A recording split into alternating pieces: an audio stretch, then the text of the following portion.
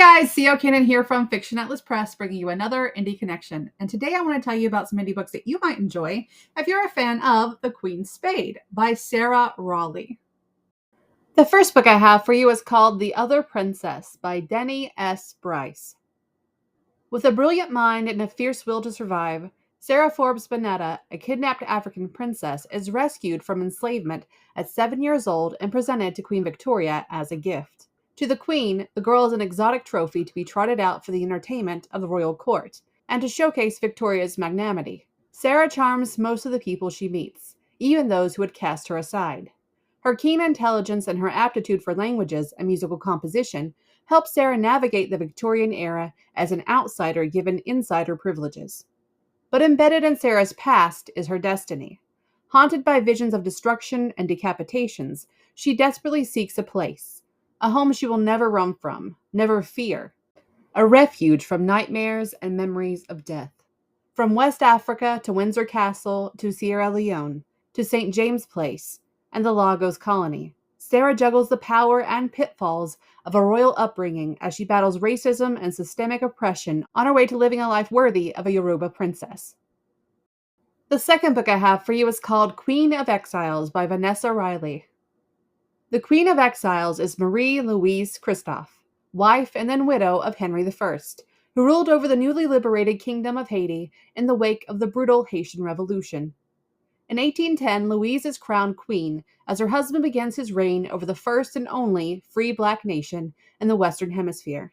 But despite their newfound freedom, Haitians still struggle under mountains of debt to France and indifference from former allies in Britain and the United States. Louise desperately tries to steer the country's political course as King Henry descends into a mire of mental illness. In 1820, King Henry is overthrown and dies by his own hand. Louise and her daughters manage to flee to Europe with their smuggled jewels.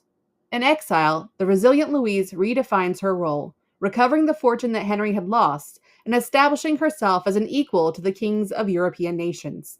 With newspapers and gossip tracking their every movement, Louise and her daughters tour Europe like other royals, complete with glittering balls and princes with marriage proposals. As they find their footing and acceptance, they discover more about themselves, their blackness, and the opportunities they can grasp in a European and male-dominated world.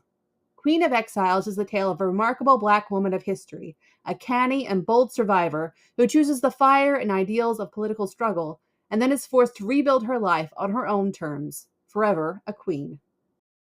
And the last book I have for you is called The Diary of Sarah Forbes Bonetta by Victoria Princewell.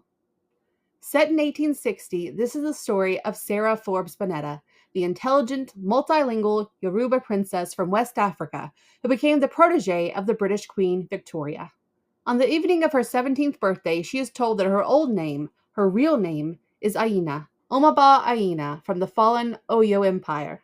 Equipped with this knowledge, Sarah attempts to navigate life as a foster daughter, a protege, and a young black girl in Victorian England. But can one really feel like royalty when the freedom of autonomy is something so far out of reach for a person of her gender and race? Victoria Princewell reimagines Sarah's life in England, telling the story of a girl living between two cultures, trying to create and assert her own identity. Okay, that's all for me this week. I'll see you next week on the Indie Connection. Bye!